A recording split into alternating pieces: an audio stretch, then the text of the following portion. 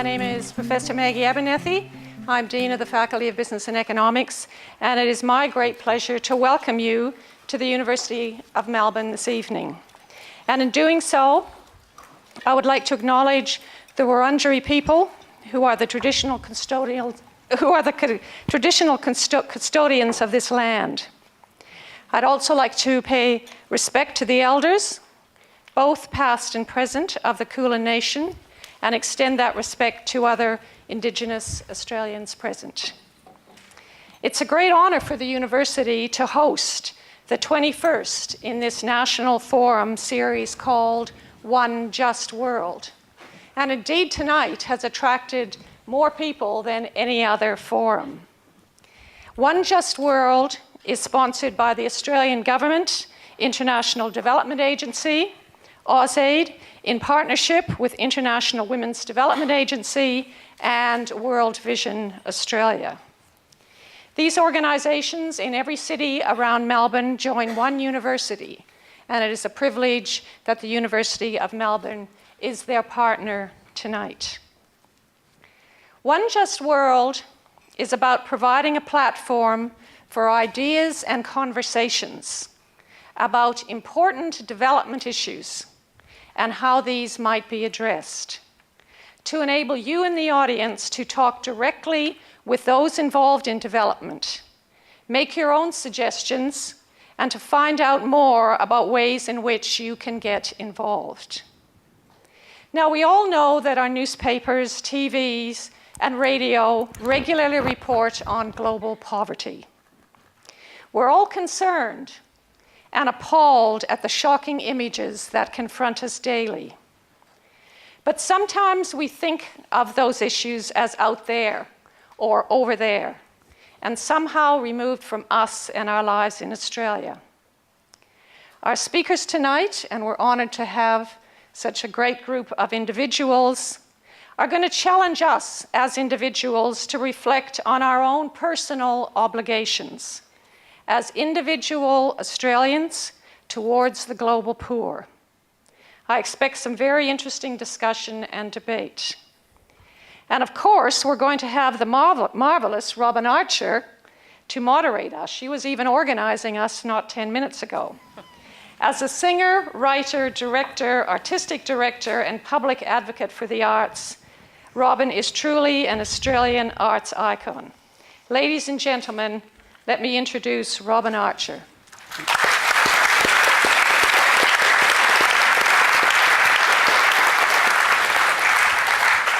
Thanks very much, Margaret, and thank you for your paying of respects to the elders. I'm sure we all share that sentiment this evening. We do have a fantastic group of speakers this evening, and I'd like to introduce each one. The IWDA Professor of Bioethics in the Centre for Human Values at Princeton University, Laureate Professor in the University of Melbourne Centre for Applied Philosophy and Public Ethics, the author of several books on ethics, including the seminal Animal Liberation, Democracy and Disobedience, and the latest and relevant to this evening, The Life You Can Save, ladies and gentlemen, Peter Singer.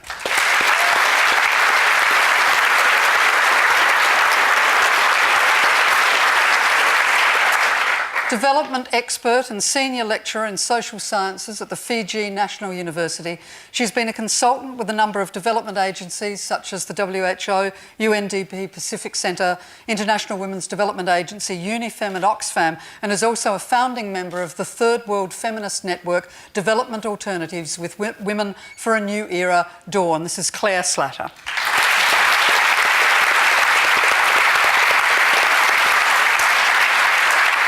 The Executive Director of the free market think tank, the Institute of Public Affairs, was previously the Executive Director of the Menzies Research Centre in Canberra.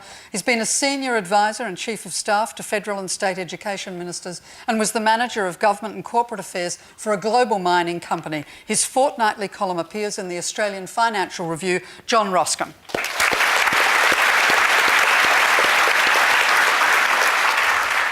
And on my left, if that's believable, the CEO of World Vision Australia, one of Australia's leading voices on social justice issues. He's taken a prominent role, as you know, in national debates on issues such as gambling, urban poverty, homelessness, reconciliation and substance abuse, and took a lead role in Australia's response to the 2004 tsunami. Tim Costello.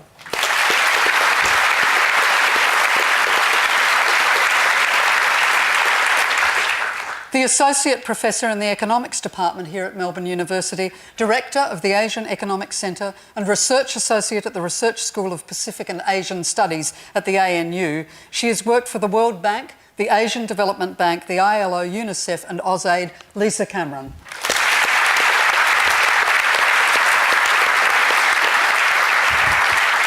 And last but not least, and to the very left, the current Parliamentary Secretary for International Development Assistance has held several key posts in his long parliamentary career, including Manager of Government Business in the Senate. He was a great Minister for the Arts and Administrative Services and was a Cabinet member in the Keating government. Recently, to our great sorrow, he's announced that he will retire from Parliament at the next election. We know he'll be sorely missed by the development sector in government, but we know we haven't seen the last of him here. Ladies and gentlemen, Bob McMullen.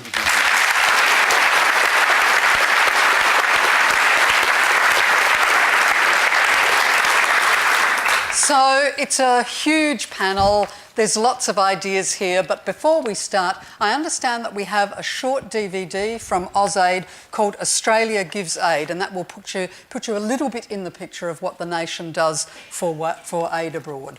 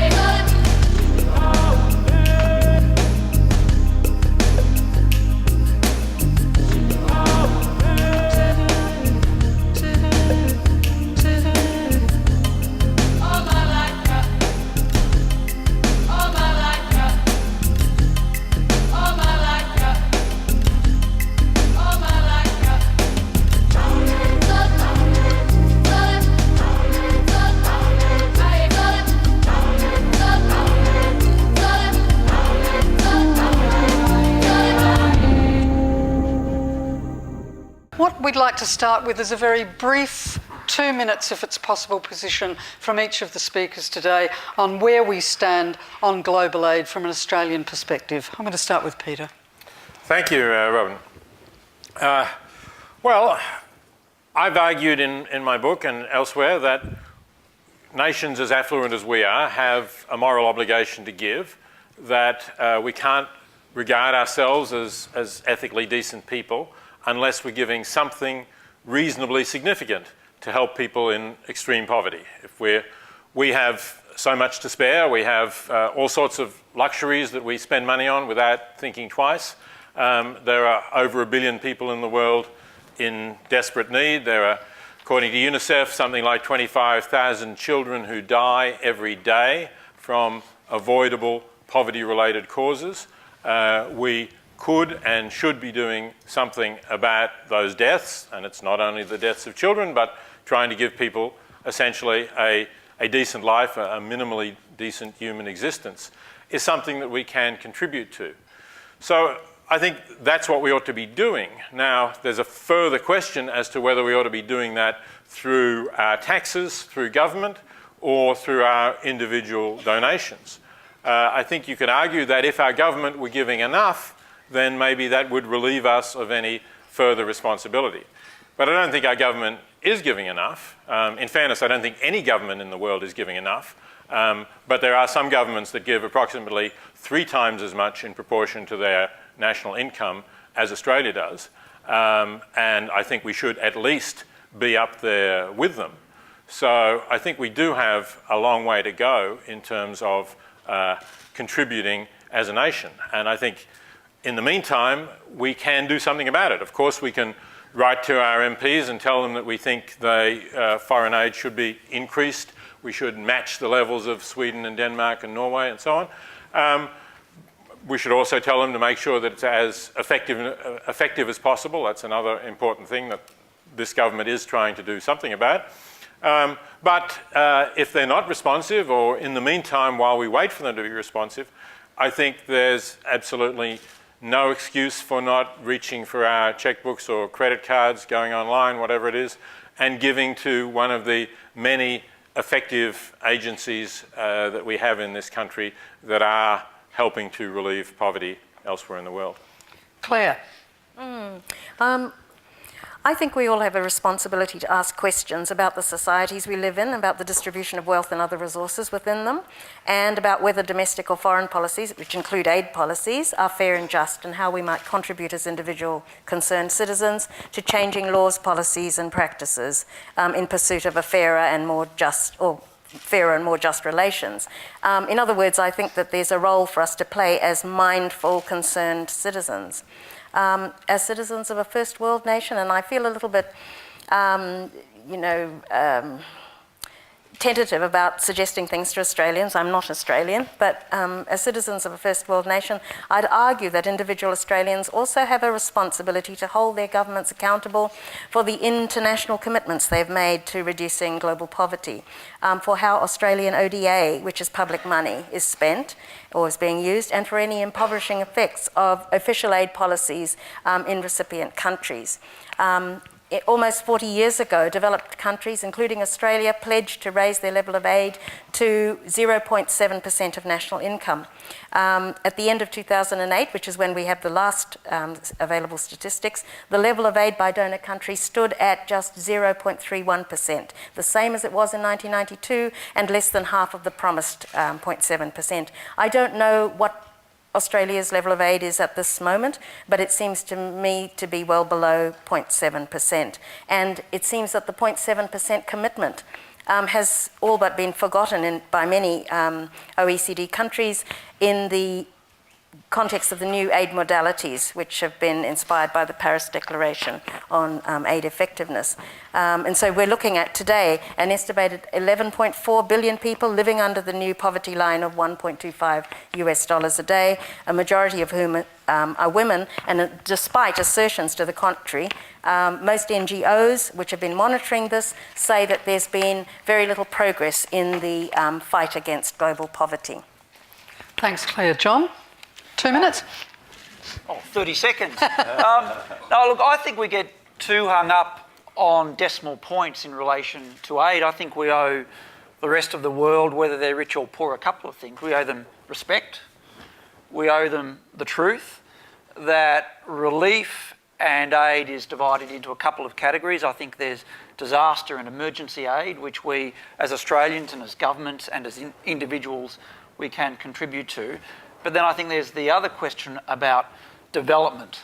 And certainly aid has a role in that, absolutely. But from my perspective and from the perspective of the Institute of Public Affairs, trade, barriers to trade, protection are ultimately the issues that are going to provide longer term sustainable development. And I think we owe others the truth to say that aid is only going to be part of the way forward. It's not a solution. Whether we can ever find a solution is, I think, a separate question. But when we're talking about aid and development, certainly I'm happy to increase the Australian aid budget. But I think a bigger difference can be made by governments promoting free trade, development, economic development to ultimately give others the opportunities that we've had. Tim? Well, this is scary. I'm agreeing with John here. Not much of a debate, really.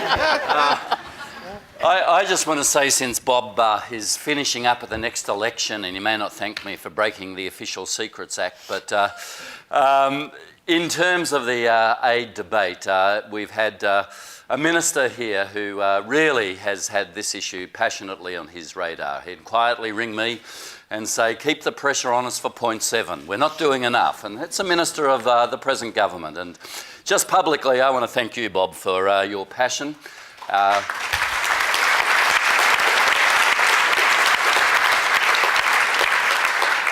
When Bob spoke to our staff after the Rudd government election, people said to me, you sounded like a politician, and he sounded like the activist. So it's an interesting one. I think it's great that what John has said from the IPA, aid was at its highest under Menzies. It actually got cut to its lowest under Hawke. So aid isn't simply a right-left issue. There is, I think, the need for bipartisanship, and thankfully Barnaby Joyce has given us that by what he did last week. So in terms of us doing better, I think Australians have more than just an ethical duty, and Peter has brilliantly in his book really said the ethical duty is clear. We'd all save a life of someone immediately near us. Why is the ethic diluted if it's someone whose life we can save just because they're a bit further away? That ethical principle, and then Peter really summarising what the cost of saving a life is, I think is the powerful ethical argument. The other argument I'd put is, of all regions, Australia has the most self-interest to also being responsible for the global poor. They are in our region. They're a long way from Europe, they're a long way from America, and it's this region, particularly, I guess, the Chinas and Indias, but also the Cambodias and Vietnams, who have smoothed the pillow of our troubles in the economic crisis.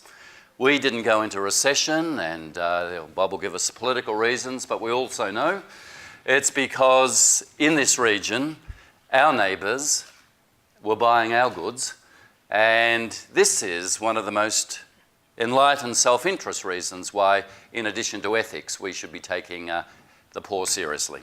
Thanks, Tim. Lisa? Okay. That's my brother. Oh, no!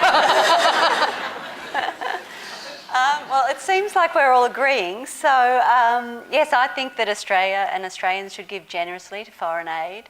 I don't see this as a debt or a reciprocation for our high standards of living, but I just think it's something that a fair and decent nation should do. Now, as the economist on the panel, I thought I'd try and give the question a bit of an economic framework. So, contrary to popular opinion, economics is not the study of money, it is the study of happiness. And the Little bit of PR there. And the economic model that underlies a lot of economic analysis is that of utility maximisation, where you have individuals attempting to maximise their utility or their happiness subject to constraints, where the constraints are normally something to do with income or time. And so there's a vast empirical literature in economics looking at happiness and what determines happiness. And it shows pretty conclusively that there's not much return to extra dollars in developed countries in terms of happiness, whereas there is a large return in developing countries, which just goes to show that at relatively little cost to our welfare or happiness, we can make a rather significant contribution to the welfare of developing countries. Thanks, Lisa. Bob? Well, thank you very much. Just like tax is the price we pay for living in a civilised society, development assistance is the price we pay for living in what we hope to be a civilised world. It is our obligation in the sense of we have the good fortune to live in an affluent country, and we should have an obligation to assist those who don't share that fortune. I just want to add one extra element rather than just all agreeing with each other. Clearly, I'm an advocate of increasing the development assistance budget, and I'm in the process of presiding over an increase that many of you think is too slow, but is proceeding significantly and will continue at least for the next 5 years. We are, and I agree with John and Tim, that for most people in most developing countries, most of the time, an opportunity to sell something to us is more important than our aid. No country ever got out of poverty by aid alone. It's a necessary part of it, but it's not sufficient, so we have to do something about trade. I want to add a third element. In the 21st century, the question we're going to have to deal with also is about migration, temporary and permanent. The transfer of skills and people temporarily and permanently from developing countries to developed countries, and it's a difficult political issue at both ends of that equation. But for individuals, for countries, for us all, that is a question we're going to have to come to terms with, and the sort of old-fashioned idea that somehow or other it's a brain drain and we shouldn't allow people with skills to come here, or that we don't have an obligation to create skills at the other end is, I think, passé, and it's time we moved on. So I think that is a new element we have to look at. It's harder at both ends, but it's important. And I just think we owe them also, and I'll say this briefly because others have said it, efficiency and effectiveness, so that we get the best result for the money we spend, and so we can maintain the support in Australia to keep spending it. And we owe them, I think, priority on the things that are most needed or most effective. The research is very clear that the most effective investment in development is educating girls. So we need to make sure that maintains a focus. It's easy to take your eye off that because there's so many important things to do. And it's also clear that the most disadvantaged people in the world are people in developing countries with disabilities, and they have not been sufficiently at the centre of the global aid debate. And the Australian government is trying very hard to put it there. So those are, I think, the building blocks for what an Australian strategy about doing something about global poverty might look like. Thank you. Thanks very much, Bob. Claire, is there a need for more research in the Pacific region in particular? While one can say that, specific aid monies and aid projects are having some impact, often one sees Department of Trade, for instance, and the ODA arm of the Australian government or any other government working at cross purposes. And I say this because I think that the push for liberalisation of trade, and I know that I'm taking a position very different from John, does have impacts which are negative in our part of the world particularly.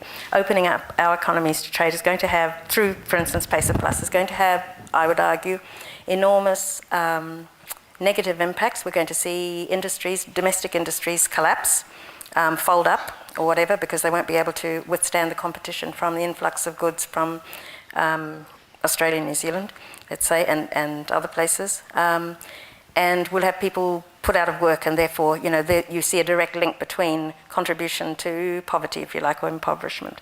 And you have, on the other hand, of course, the aid arm of the Australian government, the AusAID, being very concerned about protecting the poor, or delivering to the neediest in society. So I see, a kind of difficulty with the kind of approach that's taken with Australian policies of foreign policies, if you like, towards the region.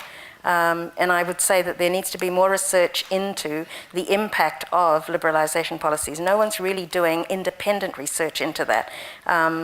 Usually, the kind of research that's commissioned by, for instance, the Pacific Islands Forum Secretariat brings in people who are already advocates of free trade. So I don't consider that to be independent research. And so the findings will say, yes, there are some negative impacts of it, but overall the benefits of free trade, it's assertions all the time about the benefits that will come of free trade, and they fly in the face of, I think, evidence from other countries, in which I'd expect to be seen in the Pacific as well, evidence to be seen in the Pacific as well, in time to come. Yeah, I had the good fortune in December to go and make a small film for the ABC and AusAID about one small bag. It was my first experience in Vanuatu. And I was similarly a little bit taken aback about the level of poverty for some people who were working in the company, for instance, who had no water and electricity, but were quite famous soap opera stars that the company runs. And to find Australian real estate in Vanuatu selling the Paradise Dream in the face of that kind of existence. And I was a little bit shocked by that. So, John, what's the position there when you see such huge gaps between what's essentially a free trade experience and the position of people living there? Look, that's true, but there are huge income disparities outside in Swanston Street.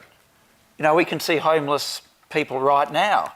So for me, it's not the disparity itself, it's about the sustainability of the future. And certainly free trade advocates like me would say there are absolutely negative aspects to free trade. Free trade and globalisation can be a gigantic tide that washes away community belongings and our anchors to our society, but at the same time, it is free trade and liberalisation that has lifted hundreds of millions of people out of poverty. And for all the difficulties of liberalisation, I can't see any alternative to that compared to a Cuba, a North Korea, or other places. I mean, we talk about the South Pacific, but we had at the end of the war Singapore, we had Hong Kong. In the 1960s, South Korea and Ghana had about the same GDP per capita. So, certainly liberalisation is difficult. Certainly there are losers. But I would argue if we're talking about sustainability for the future, then there's clearly one way forward, which is what the evidence shows us.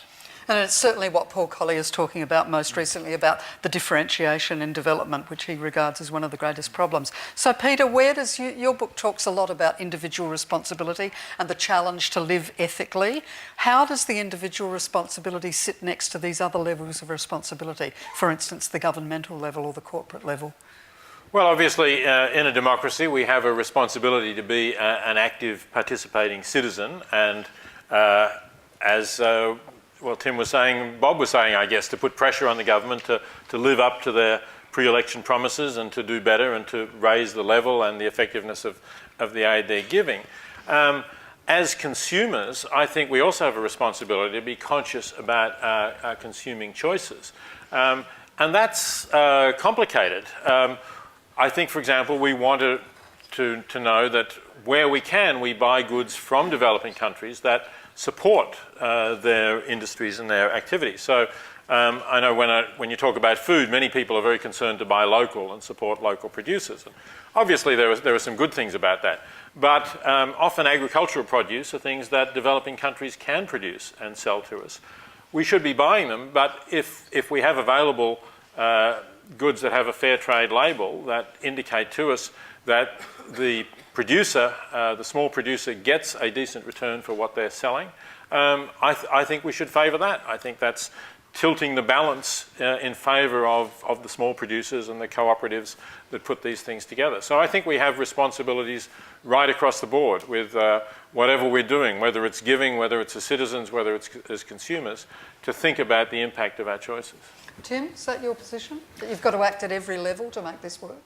Yeah, I increasingly believe, whether it's poverty or dealing with climate change, that a global ethic is the only way that we are going to make it through the 21st century. And I often say, you get some people sick in Mexico, you close schools here in Melbourne with swine flu. We start to see the profound interdependence with the banking system when banks with funny names called Fannie Mae and Freddie Mac get into trouble, and banks all around the world are in trouble. We now know, and Bob's touched on this with migration, Obama's touching on it with the security issues and climate change, that the world is a waterbed. You press down here, it comes up here. So developing a global ethic that says just not eating local food because it's a nationalistic, patriotic thing, but thinking about a fair trade label, looking through flight miles and those questions and unpicking it is profoundly important. I'd just say that the trade issue, while I totally agree with John and Bob, people who we help actually don't want aid. They want a job, they want to be able to trade. But the trade issue also must factor in equity issues. Seeing the poor being lifted out of China and India and saying, look at the GDP growth, it's like flying a plane at 50,000 feet. It all looks the same at 50,000 feet. When you actually land and see terrible inequity still in parts of China and poverty in India and elsewhere, and great wealth growing, you then are pushed back to not just a GDP measure, but a human development indicator measure. And it's around longevity and literacy, and it's around security, and it's around gender empowerment. Those issues are equity issues that trade and just trade figures itself isn't enough to look at. Lisa, is there a gender factor here? In something as dry as economics, is there a gender factor? Yes, well, as Bob said, the evidence does overwhelmingly show that the best investment of $1 in aid is in girls' education. And so by educating girls, then you get educated mothers who educate their daughters, who have the wherewithal to access health services when their children are ill, and so forth. So it leads into this kind of virtuous cycle. So gender is very important. Can I just jump back to the research question? Because as a researcher in the field, and the kind of research I do is it's empirical. It's looking at data collected for millions of households in developing countries where people are asked about their standard of living, they're asked about just day-to-day things in their household.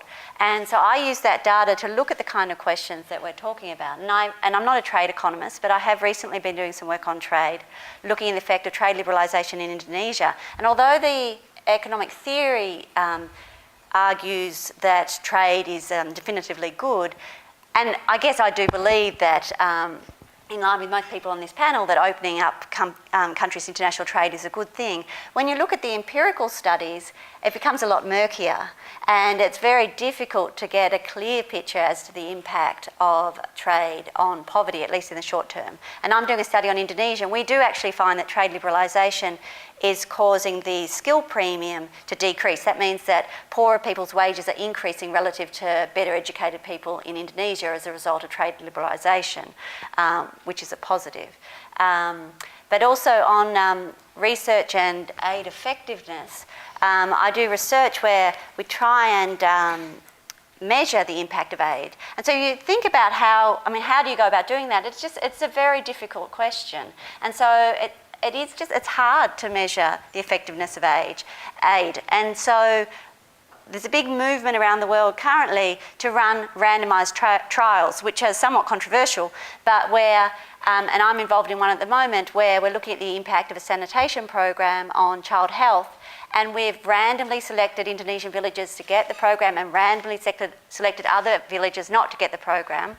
And then we look at the effect on child death diarrhea prevalence and anemia and other measures of child health. So I guess I'm just making the point that it's a very difficult thing to measure the effectiveness of aid. And Peter, one of the things that you raise in your book is the objections that people bring up to giving aid on a personal basis, but also becoming active in arguing to their governments that more aid should be given. And effectiveness is a significant one. That is, people are asking, is what I give actually having an effect? What do you say in that respect when people raise that objection to not getting involved in aid? Well, they raise it in a whole lot of ways, some of which are really appalling, and I'm sure Tim would be probably heard this, but it is, I've been on talkback radio in Australia where people call up and say, why are you telling me to give money to these aid agencies? And they'll name World Vision or Oxfam or CARE or one of those and say, you know that only 10 cents in every dollar you give is going to get to the people you need it. They throw this out as if it's a fact that everybody knows. In fact, obviously, every agency needs to spend something in administration, but it's roughly the reverse of that, I think, right? It's roughly 90 cents in every dollar gets to the people who need it, and maybe 10 or 15 cents at most doesn't, but that's still important for running the organisation. So you have to explain that to people, basically, what the basic facts are. That's one thing. Then I think you do have to talk to them about the fact that we can make a difference in various ways, and that there are studies that show effectiveness, and as Lisa just mentioned, they are starting to do some random controlled trials, which are basically the same method that shows that a new drug for heart disease is an improvement over an old drug. And that's the gold standard. It's very hard to do, it's quite costly to do, but it has been done in some cases, and it's shown that some programs work. It's shown that some programs don't work, but that's a learning curve that we've got to go through. So I think that it is important that people hold the agencies up to a high standard, not just of moderate administrative costs, but of actually demonstrating that their aid is making the right kind of difference to the people who need it. And there's various ways of doing that that we need to promote and put more effort into doing. And Claire, how do you ensure the participation of women in these programs? I noticed with great interest this theatre company, which is absolutely incredible, which started off having a clinic that concentrated on HIV, AIDS, but has now introduced pap smears and chlamydia tests and is extending to women's health as well as all other kinds of health issues. How do people manage to keep including women in the picture, or is there something special that has to be done? I think that there's an increasing awareness of the need to include women, otherwise often development projects fail, as in you're not really reaching the poorest of the poor. How to include them? I think they need to be, women in communities need to be consulted and included from the very start, the design of the project, but even before that with a kind of needs assessment, and engaging women in the needs assessment exercise. Often communities in the Pacific are still dominated by men, as you probably know, and when village level meetings are held, it's men who normally attend the meetings and women are servicing the meetings with tea and so forth. Holding women-only meetings or meetings with the women only in the village, really, separate meetings, clearly needs to be done in order to ensure women's participation, but also making clear and engaging in some kind of public education about the need for women's inclusion in these projects if these projects have to work. So there's a role, I think, to be played in terms of public education by aid agencies. And I think they're already playing this role, but, really just strengthening that approach. Tim, is there a different approach? I mean, there are different levels of approaches in disaster relief, for instance. I mean, do you have different things for kids, old people, men, women, people in the city's outlying areas? Is there a differential approach when it comes to disaster relief? Yeah, there is, and one of the things people in Australia don't really see, because a disaster hits and you see all the different agencies and their brands out there, is the collaboration that happens in a Haiti, in a tsunami area, behind what might be happening in country. And essentially brought together by the UN, OCHA, you sit down each day, you say Oxfam's doing water, maybe World Vision's doing housing, this group's actually doing food security, you divide up the responsibilities. World Vision will almost certainly do child-friendly spaces, because in disaster, children are at risk and there are malevolent predators that come out in chaos. So you'll know what each is doing. You'll collaborate as much as possible in doing that together. And those differentials really work importantly to say to the donating public, and by the way, just give us a break in terms of how quickly you want all these dollars spent, and demanding that you should have done it all within 3 months. As we now know here, after the bushfires, a year on with all our infrastructure and political accountability, we still have lots of houses that haven't been rebuilt after 12 months. In Haiti, where you've got the profound question of should Port-au-Prince even be rebuilt on a fault line? And how do you then do it, presuming the government will say, yes, we have to rebuild it with clear title, with earthquake-resistant places and buildings, is a task of enormous complexity. Now, the agencies and UN and other bilateral governments all have a part to play in that, and there is coordination behind the scene that you may not see in the country where you donate. Bob, given the complexities of aid in almost every aspect that we're talking about today, do you think there is a kind of sense of ownership by Australians about the aid we give, or is it something a bit remote? We have to be careful that we don't communicate the complexity and lose the essential simplicity. I mean, in most arguments, there's a great complex backdrop, but there is at the core an essential simplicity. And I think Australians get the essential simplicity both of what they do in relation to Tim, who actually runs an incredibly complex and big organisation, but its essential simplicity is it takes in voluntary donations from the public, efficiently administers it and disperses it in both emergency relief and development, and focuses on children and the fight against poverty. That essentially simple. Now, underneath it, there's a lot of complexity. It's the same with us. The fundamental difference is people choose to give him money, we take it. Which actually gives us an extra layer of obligation in terms of accountability, because people don't choose to give the government money, and we make the decision about how much of it we spend. Now, they influence it, as Peter's saying, through their democratic pressures on us, but essentially the government makes a decision. We have extra efficiency obligation. But I think people do get the essential simplicity, and the research shows, very encouragingly, that although you can mobilise more resources in donations in response to an emergency, people do get that we need to spend the money on long-term development, just not on emergency relief. That message has got through. The research, AusAID does research every 5 years about community attitudes, and I know World Vision and other big agencies do as well. And we shouldn't underestimate the public's capacity to see the essential good sense of what we're doing. One of the things that seems to come up a number of times, and again it's something that you've written about, Peter, is the role of environmental concerns in all this. One of the arguments seems to come up regularly: if you go on preserving life and if the life expectancy keeps growing, what's going to happen to all the Earth's resources because they're shrinking? What's the answer to that? I mean, you, but anyone. Well, just one brief thing to throw in is Bob said earlier, and others have agreed, that educating women is the key to development and to overcoming poverty. It's also the key to giving them control over their fertility, and there's lots of evidence showing that the more years of education a girl gets, the fewer children she is likely to have. There's a correlation.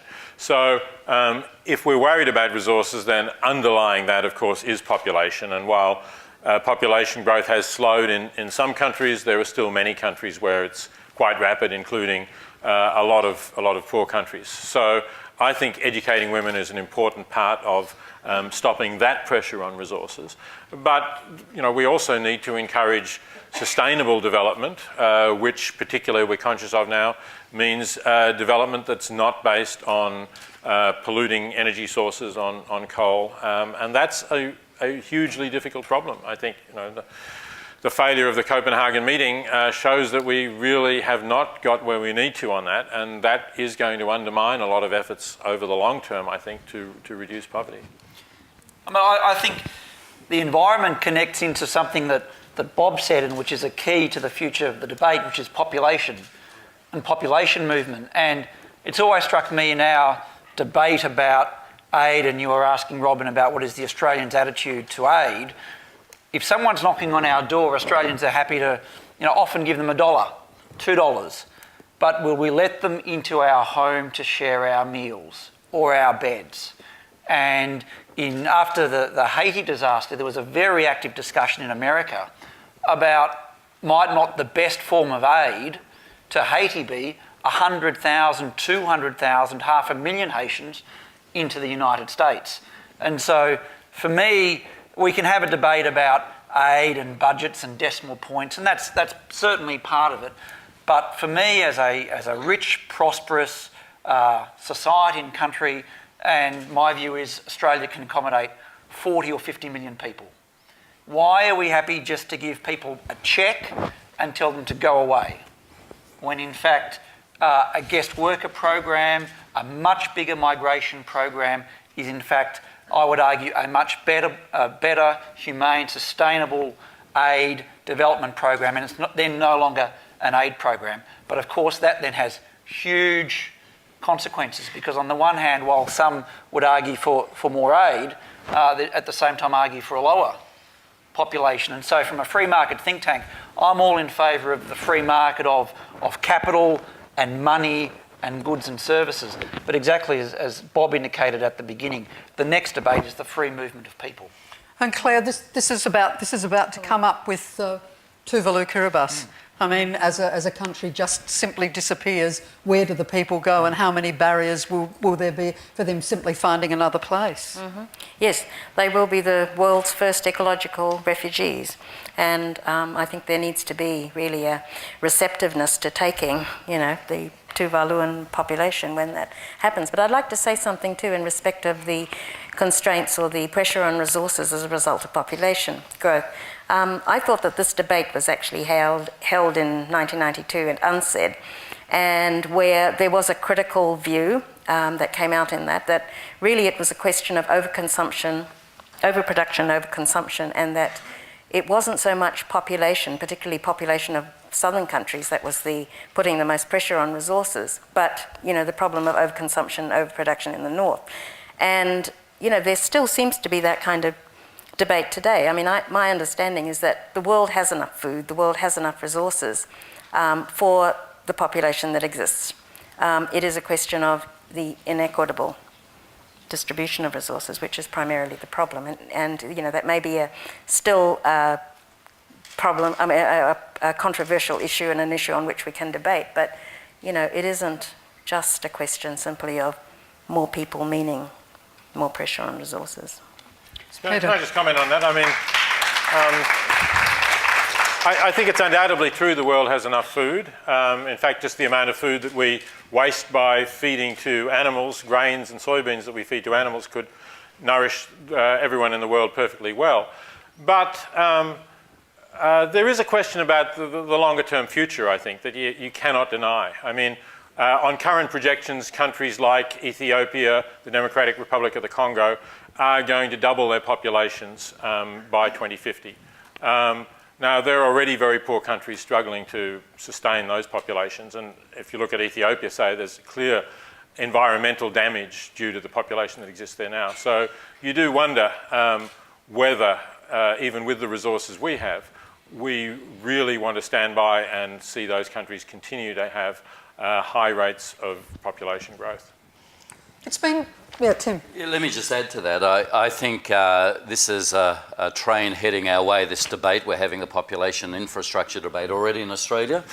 And we aren't really putting it on the humanitarian ground, and I agree with you on that. We're putting it on economic prosperity grounds, that we need this size to actually compete and maintain our living standard, which is an assumption about consumption levels and a whole range of other questions there.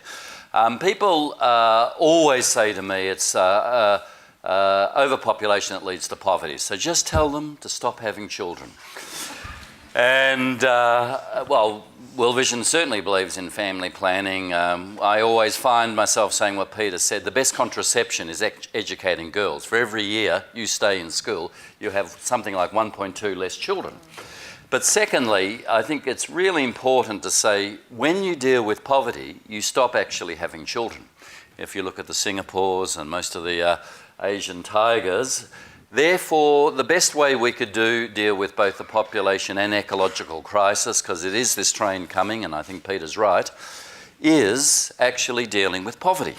It's why making poverty history, and we've been making progress. People often say, oh yeah, it's idealistic, it's okay for the Irish, Bob and Bono, but they're singers, they're romantics.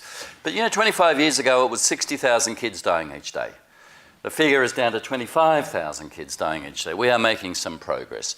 That needs to be linked to also what it does for population growth if we take making poverty history seriously and the ecological crisis.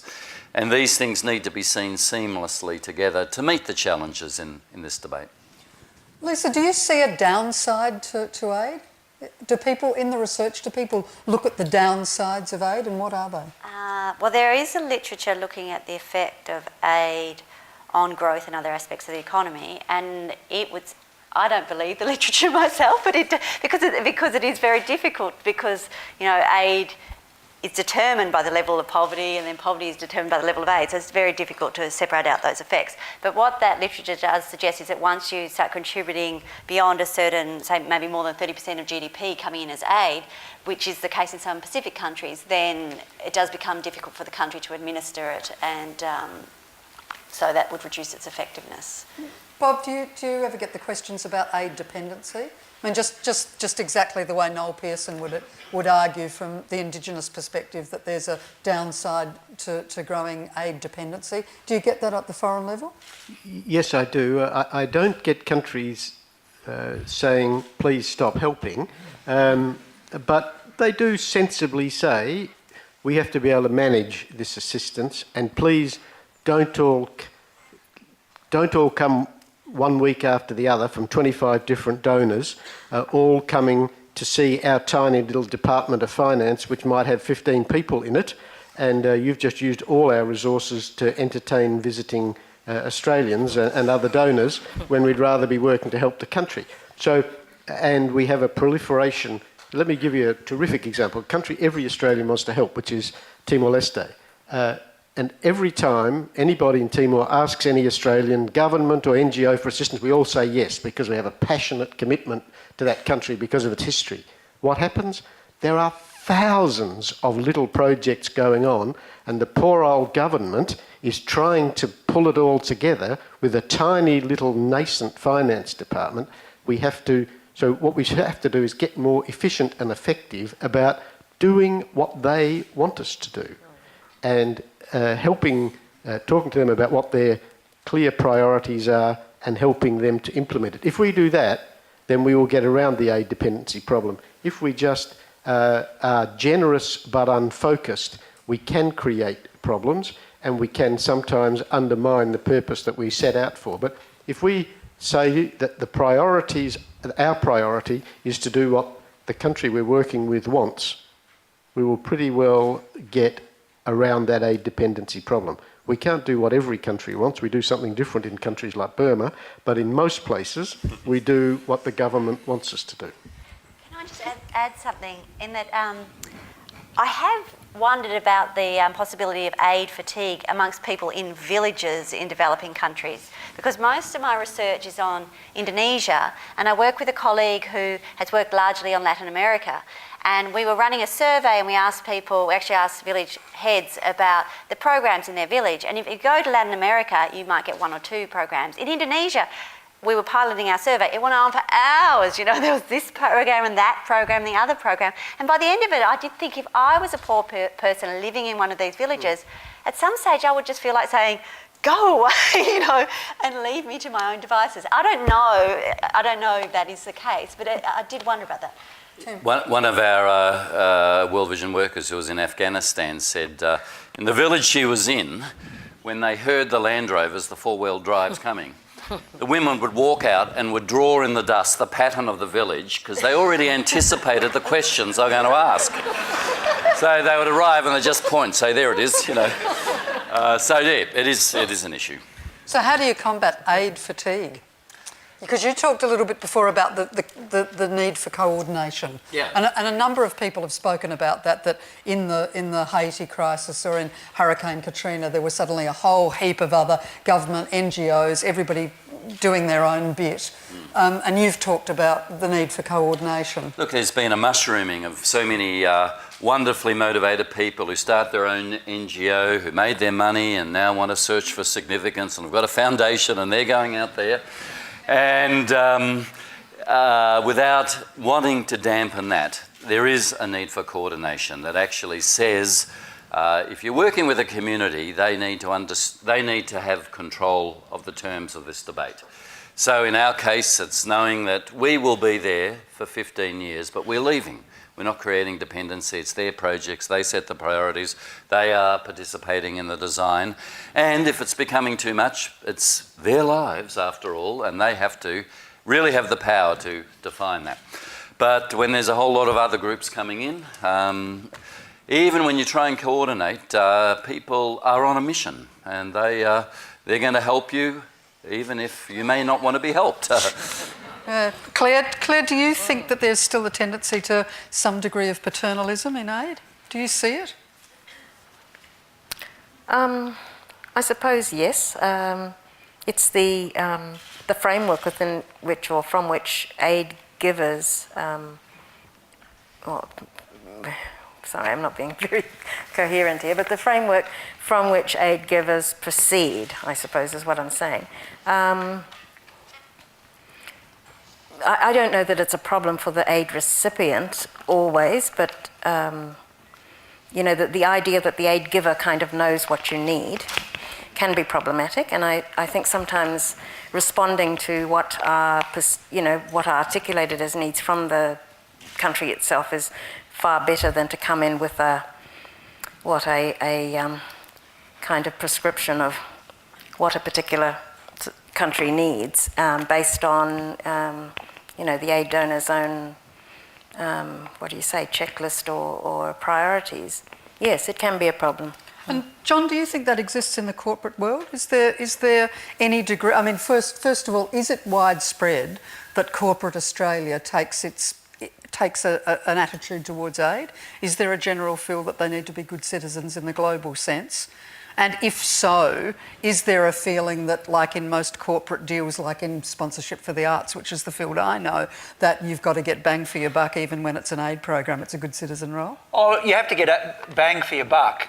But whether it's corporate, which is my background, or government, it's self-interest, absolutely first. And I don't think there's a conflict necessarily between a corporate developing its brand, looking after its profits, looking after its stakeholders and doing good at the same time.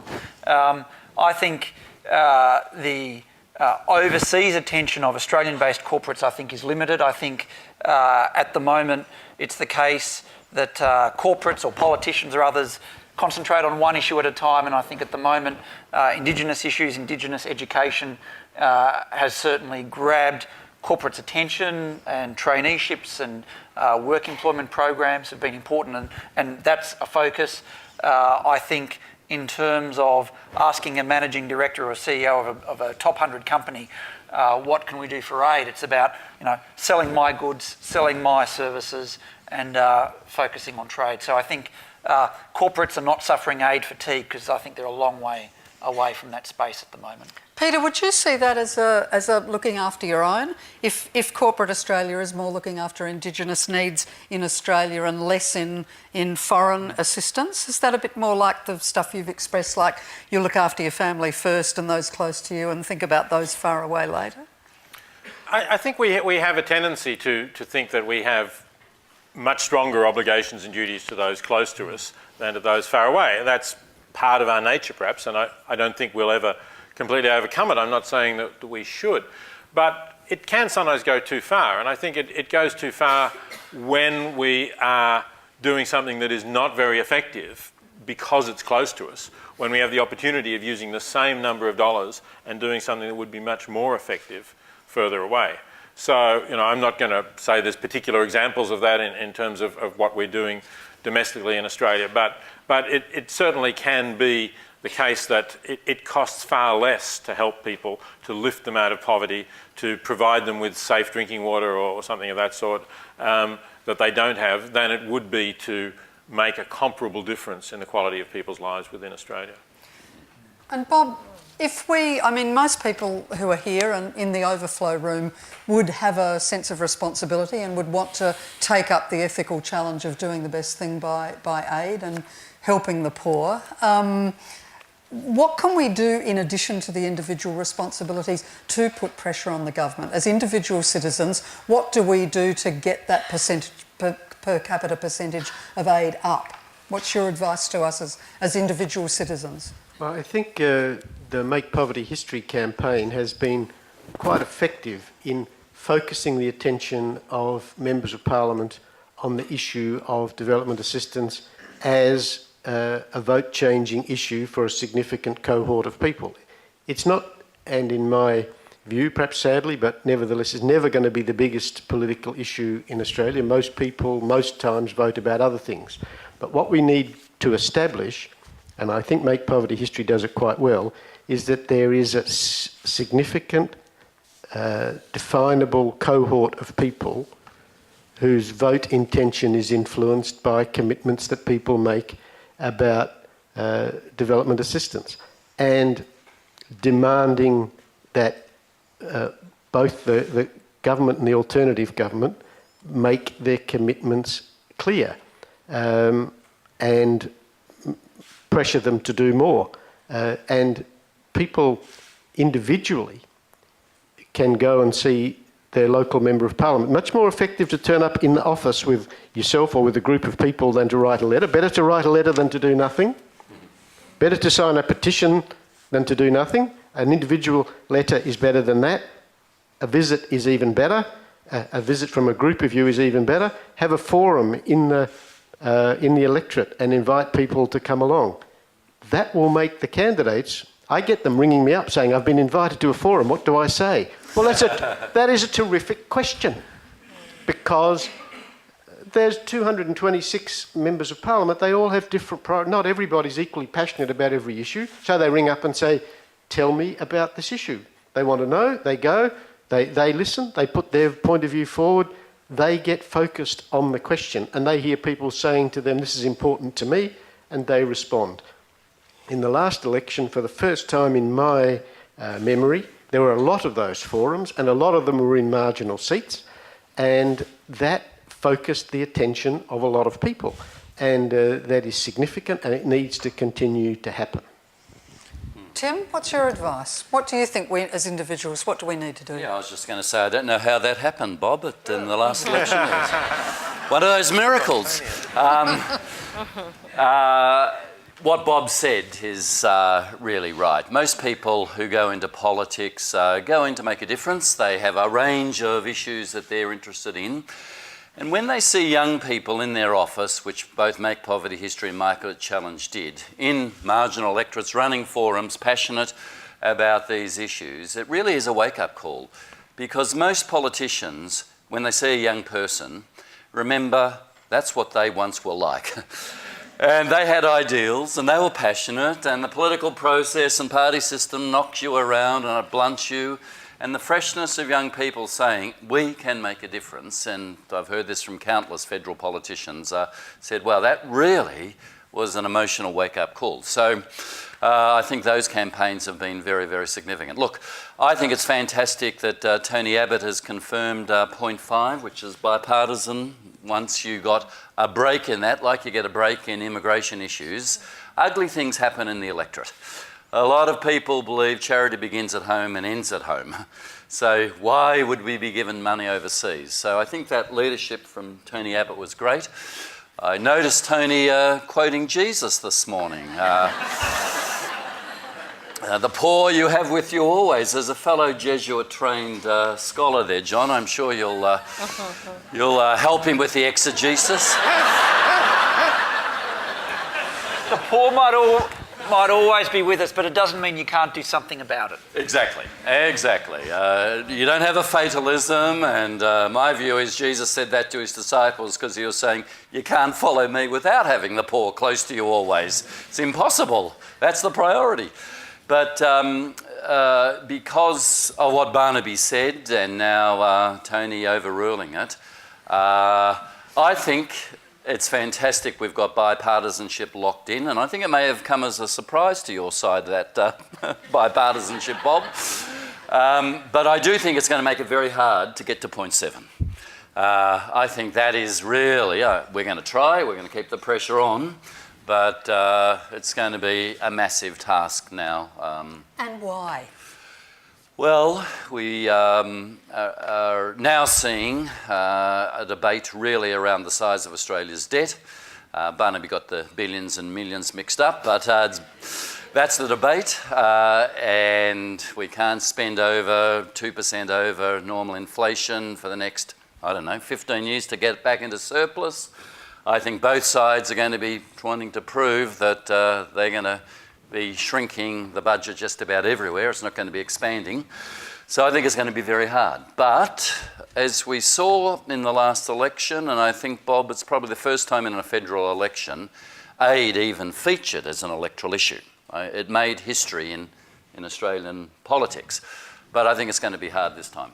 I was asking before the debate started, is there a generational difference, Peter? Do you see, is there, in exactly the same way as we'd assume that the environment has come onto a much younger agenda these days, is aid, is helping the poor in the same position? I think there's much more awareness of it now than there was. Yes, I think, obviously these things go in phases, but we are more aware of it, we're more focused on it. We're more concerned to make aid effective than we ever were before. I think someone I know, as Tim said, that Australian aid reached its highest level during the Menzies era. Yes, but during the Cold War period, there was more aid, but a lot of it was given to people like Mobutu in Zaire. Yeah, he may be a corrupt dictator, but he's our dictator, right? He's not a communist dictator. So America was giving him lots of aid, although they knew that a lot of it was going into his Swiss bank accounts. So I think those days are past, fortunately. And we are not, I'm not saying there isn't aid that's politically motivated. There certainly is. America's #1 recipient is Iraq at the moment, and #2 is Afghanistan. No guesses why. But still, we are more concerned about making aid effective, and we do, I think, have a larger constituency of young people, thanks to Bono and people of that sort, but also a lot of the organisations that are taking that out there and saying this is one of the great moral issues of our time, and I think people do respond to that. I heard Paul Collier talk at the Battle of the Minds Battle of Ideas in London a couple of years ago, and he was being fairly ferocious about saying the small-time thing is relatively insignificant when he's an Africa specialist. So doing small things is nothing compared to arguing about corruption in African countries, and thinking that we ought to be encouraging our leaders to combat levels of corruption. Claire, do you have an opinion on that, or do you think all of it's important? We should be just doing it at every level we can. I think all of it is important, but I think that there are questions issues like corruption that definitely have to be addressed. But I also think, and I think that there's been a shift, I think, in how people have come to understand, like, for instance, their own, role that they can play as individuals and so forth. And this has come with, how do I put this? There's been a sort of shift in the dominant kind of ways of thinking. We're now living in a world in which neoliberal thinking is kind of pretty dominant. So people are encouraged to think in terms of individual responsibility, both for your own welfare, but also individual responsibility for changing the world and so forth. And I don't think that in the present context we address at all the sort of structural conditions of poverty, or structural origins or foundations, if you like, of poverty. And, taxation systems have been changed so that, wealthier people are retaining more of their income. The whole sort of ethic of redistribution has gone out the window. And, in this kind of context, I just find it difficult. I'm reminded of that statement by a Brazilian cardinal, when I give money to the poor or whatever it is, they call me a saint. When I ask why the poor have no food, they call me a communist. And, socialism has become such a dirty word, and any kind of, conception of changing unequal relations within society in a way that smells or whatever of, a kind of socialist approach to justice, is, it's become so, what's the word, demonized or whatever, that it's very hard to put up that alternative kind of perspective to, there are some real structural changes that I would argue really have to be made. Otherwise, not that it's a drop in the ocean, but you're always then going to have these inequalities persisting. But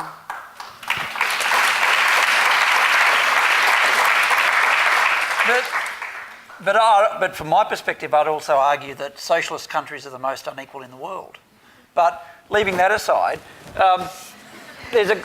coming back to the point 7 argument, there's a couple of reasons why point 7 won't be happening in a hurry. One is, in our work with young people, certainly we have to talk sometimes in global terms, but nothing is more disempowering than save the world.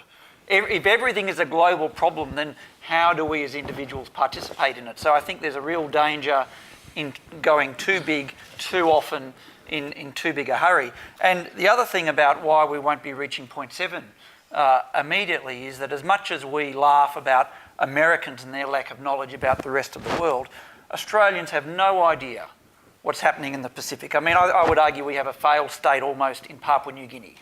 And if we were to demonstrate what aid could do, what trade could do, what the rule of law could do, what the AFP could do, we would have a much stronger moral argument to demonstrate the good that we can do. And then, of course, when I talk to younger people, as I do, about sending in the AFP into Port Moresby, they say, but John, that's the new colonialism. So I think, we have big challenges that we have to unpack. Yeah, Bob, do you have a reaction to that? Yes, I do. I don't think we ought to talk about PNG as a failed state, but Nearly. But I understand. No, I'm not particularly disagreeing with John. There is a serious law and order challenge, and development cannot succeed where there's no law and order. That is, people will not invest. People, if you can't, for example, be confident you can get the money from your shop home to your house without getting robbed, you won't run your business. There is, it's not unique to Papua New Guinea, but it's not fashionable to say one prerequisite of development is law and order, but it's true. And we do provide a lot of assistance to PNG in the area of police, but we can only do in other people's countries what they agree with. We can't go in and do things they don't want us to do. And the courts in Papua New Guinea have said we cannot do the sort of policing assistance we provide, for example, in the Solomon Islands. It's not constitutional, so we can't do it. That's it. Whether it was a good idea or a bad idea, it can't be done because it's their country. And they've made that decision, and we have to do the best we can within that system. That is a proper... that's not a cause of regret, that's a proper thing. It's their country. Well, not with my support we didn't.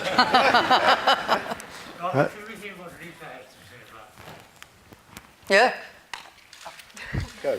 About Just general question. The general question of Papua New Guinea, or? or governance generally. So, well, I guess I was thinking of the structural causes of poverty and how you might address that. And it may not be true of the Pacific because the Pacific is a special case. But I think trade liberalisation, as unpopular as that may be, does address the structural causes of a lot of poverty. And that's not a band-aid approach in the way that you might view aid being a band-aid approach. But you need aid to go alongside those kind of policies. Because if you want growth to lead to poverty reduction, then quite a bit of research shows that you really have to provide support for people at the lower end of the income distribution so that they can participate in the growth process through education, health, giving people access, maybe girls access to services and so forth. We're going to have to wind up fairly soon, so I want to conclude with a small statement from each of the speakers. If we asked what does a just world look like to you, what's the brief answer? Bob, what does a just world look like? Well, I read recently an article that said the most important factor in determining your life opportunity is where you're born. A just world looks like one in which that's not the case, where it's your skills, your aptitudes and your application that decide your future, not the good fortune of where you were born.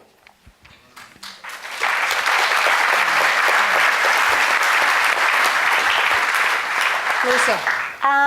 Well, a just world to me is one where everybody has equality of opportunity. That's not a realistic outcome in our lifetimes, but I think through aid, effective use of aid, you can improve the opportunities available to the poor in developing countries, and that's very worthwhile. Tim? I agree with Bob. I think the lottery of latitude, we don't choose the stage we're thrown onto, and yet that, where we are born, determines our destiny. Equally, I think it's development, as Amartya Sen would say, is freedom. It's actually people being able to make their choices. And I was really amazed with a BBC production where some people in the busties, the slums of India, were taken to London and were shocked by the relational poverty in London. And they said, we have to do something about these poor people. So the freedom to name what you think poverty is actually important. Fantastic. John? Oh, I think it's about a respectful world and an honest world. And I think, Bob is right about what Australian aid can do in countries. And it's the case that often we can do only as much as we are allowed to do. And for someone like me, it is then to ask the question, well, why are we only allowed to do that? And that opens up a whole cornucopia of questions around aid to failing states, aid to totalitarian states, aid to states that are not respectful of human rights, of women, I think is really problematic. And I think we can keep on arguing about margins and moving towards point 7 and arguing about, well, maybe we can convince them, maybe we can bribe them, maybe we can negotiate with them. But I think there are much broader issues around population and about what our respectful relations are, not just to other governments, but to the people in those countries that we're dealing with. Claire, what does your just world look like? My just world, I think, is a world in which inequalities based on class, gender, race and ethnicity and all other such things or social markers has been eradicated, and in which there is there are equal and fair relations between states. Peter? Well, I'll go for something a little more modest, and that is a world in which everybody can, if they apply themselves and work reasonably hard, meet their basic needs and those of their family. I'll settle for that. That's a good one.